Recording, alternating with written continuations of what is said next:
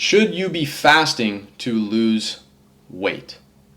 That is the question that I will be answering in this video. And unless you've been living under a rock, you've heard of fasting, but you might not actually know the different definitions of it, and you might not actually know the different benefits of it, depending on the goal that you have.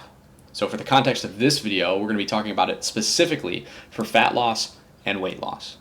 And just so you know that you can trust me, and I have somewhat of an idea of what I'm talking about, my name's Yochheim. I'm the co-owner of DefaultKings.com. We are an online men's fitness coaching company. We work specifically with Christian entrepreneurs, business owners, professionals to help them lose weight, keep it off permanently. Since 2019, we have worked with over 600 guys, and they've lost anywhere from 10 to as much as 188 pounds. So I promise you, I'm not just some guy that saw a few videos on the internet and decided he wanted to be a health coach, and he went and started to regurgitate some stuff that other people were saying. Okay, this is from my real life experience. Now, let's get into the content of the video. So, first things first, when it comes to fasting for weight loss, we have to understand what fasting actually is. We have to define it. We have to give it some sort of meaning.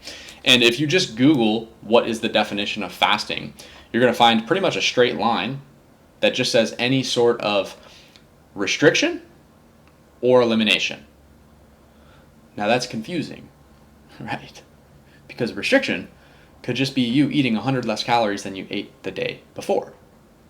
So when I use fasting in my practice and when I'm working with clients, I define a fast as 0 calories, nothing, 0 energy introduced to the system whatsoever. I do not define simply restricting calories as fasting. I define that as calorie restriction because that's all it is, right? And it's not a bad thing. It's just being able to delineate these words so you can actually understand what this is and how to apply it and what the benefits are. Right? Now, real quick, I'm going to just make this note because, we're a Christian company, and obviously there's fasting in biblical context, and there's fasting for the purposes of furthering your faith and allowing you to get deeper into prayer and really get clarity on what it is that you're trying to hear from the Lord. I'm not really going to get into that in this video. I'm just going to get into purely the physiological side of things from a weight loss and fat loss perspective. Okay, so that's the fasting lane that we're in. Right now, we've already talked about fasting versus calorie restriction. We've talked about it in a faith perspective, and if you want to do it in a faith perspective, that's totally up to you. I think you should do that regularly, just as a Christian. That's my belief. Right, but I don't necessarily think it's something that has to be applied for a weight loss or a fat loss setting, and I think there's some better alternatives that I'll explain later in the video. Now, when it comes to understanding calorie restriction versus fasting, this is important because you could simply watch a video on the internet like one I saw, which was Dana White saying, "Hey guys, I just finished an 86-hour fast with Gary Brecka." Right? And he shows you before and after pictures, and it's amazing. The results look fantastic. But then he goes on to explain what he did and what that process actually looked like. And he's like, the first 24 hours, all I had was water. Then on day 2, I had XYZ amount of bone broth. And then on day 3, I introduced something else. And so technically, the only fast, 0 calories introduced to the system was for 24 hours, not 86 hours. It was 24 hours of fasting, and then the remaining hours was just calorie restriction. By my definition, which I think is a very effective definition. Okay, I understand. If you Google it, it's going to say technically restriction is fasting, but I think you'd agree with me that it's not necessarily the case. If you go from 2,500 calories one day to 2,400 the next day, technically that's calorie restriction. Technically, it's fasting by definition, but do you really think that that's a fast? I don't think so, right? I don't think anybody actually thinks that when you're applying it practically. So you just have to understand this, right? You just have to know what this means. And again, I'm not saying that is a bad thing. The reason that he looked better 3-4 days later is because he was restricting the calories so much. And that naturally leads to weight loss. That puts you in a more advantageous state to lose fat. Because when you're restricting calories, if you do enough restriction, you eventually get into a deficit, a calorie deficit, which is the only thing ever in the history of mankind that causes weight loss. It causes the number on the scale to go down. It's a calorie deficit. It's thermogenesis. It's science. That's it. Done. It's a straight line. Numbers. That's all that matters. So the idea of calorie restriction can be beneficial for you in a weight loss setting or a fat loss setting because it helps you get into that state of a deficit naturally, right? Now, obviously, right, when you are doing any sort of fasting, whether that be like a water fast, whether that be a 24-hour fast where maybe you eat dinner one day at 6 p.m. and dinner the next day at 6 p.m. and it was technically a 24-hour fast, one meal a day.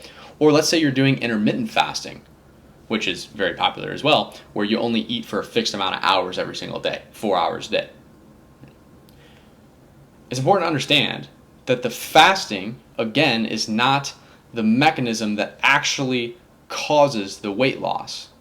It's a vehicle that induces that calorie deficit, and the calorie deficit is the mechanism that causes the weight loss or the fat loss.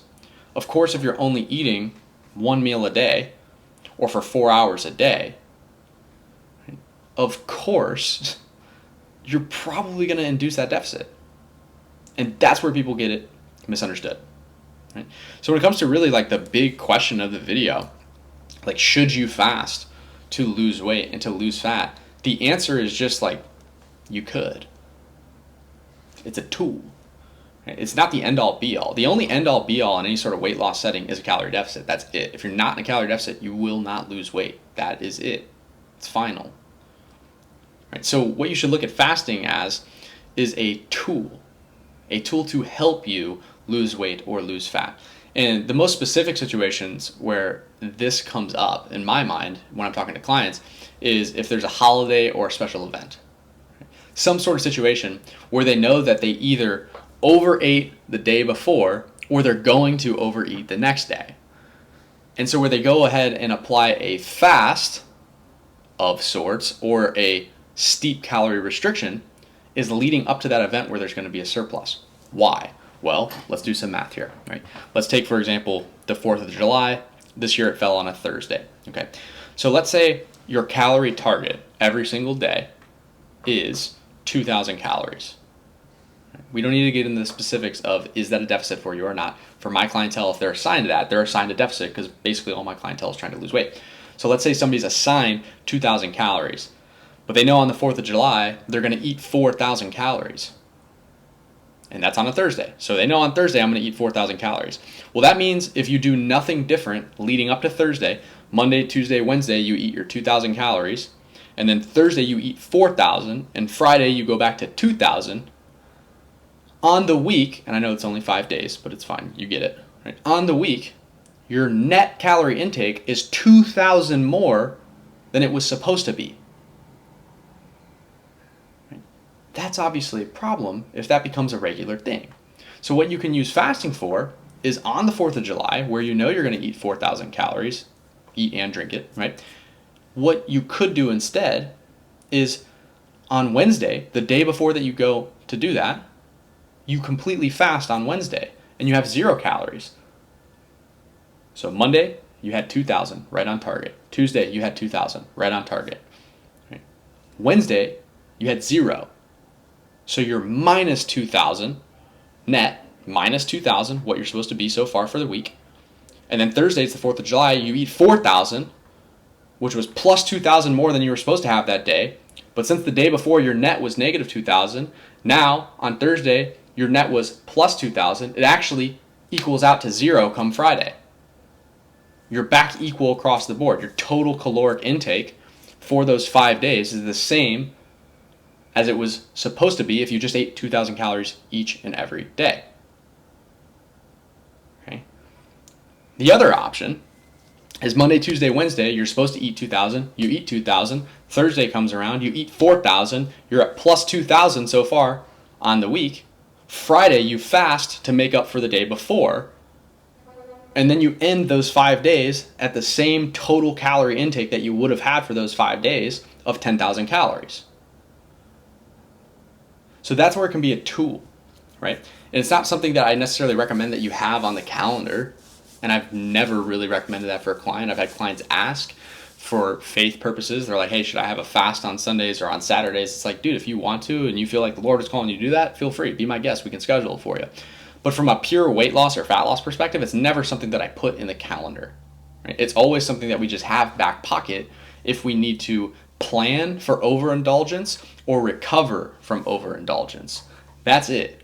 So in my mind, that's where fasting can be beneficial for fat loss and weight loss, okay? And the reason that I don't schedule it and make it a normal thing, because I'm sure you can see that there's potential upside to being able to do that, is because most of the people that we work with are coming from some sort of setting where there was hyper restriction, whether that be through a fast, whether that be through a ketogenic diet where you can't have carbohydrates, whether that be through some sort of carnivore where you can only have one food group.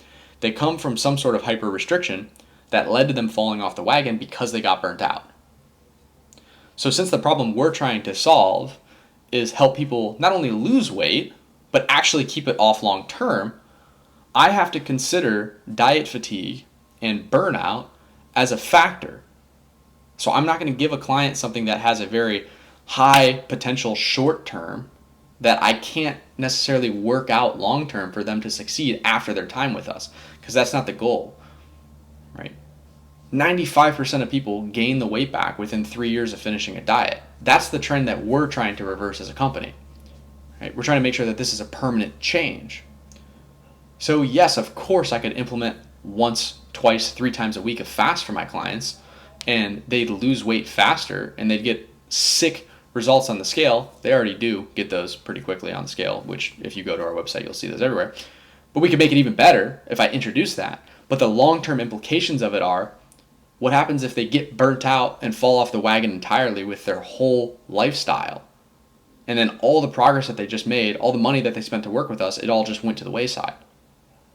Right? So that's the reason I would never mandate it or regulate it for clientele, is because I know what they're coming from. I know what the fitness and weight loss industry is. It's typically short-sighted solutions. So because I know this, I don't necessarily schedule that for clients.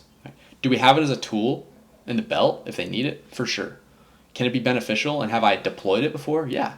In situations like the one I gave you where there was an overindulgence or they're prepping for an overindulgence, it's actually really, really good to be used. But it's not something that I think you should regulate. So to summarize the whole video, right, should you fast to lose weight? The answer, like I said earlier, is you could, but you definitely don't have to. It's more so something that can be used as a tool to help you along the way, specifically from recovering from times when you overindulged or prepping for times when you're going to overindulge. So think of fasting as a tool, not an end-all be-all when it comes to actually losing weight or fat and keeping it off permanently for the long haul. So that's it. That's the video. If you're interested in working with me and my company specifically to help you lose anywhere from 10 to 50 pounds or even more than that, you can either click the link in the description below or go directly to defaultkings.com, book a free fat loss assessment. You'll talk to myself, somebody on my team, and we'll break down exactly how we would help you in your specific situation. Thanks for watching. Hope you enjoyed the video. Like, comment, subscribe, do all the YouTube stuff. Send it to a friend that needs it. See you in the next one.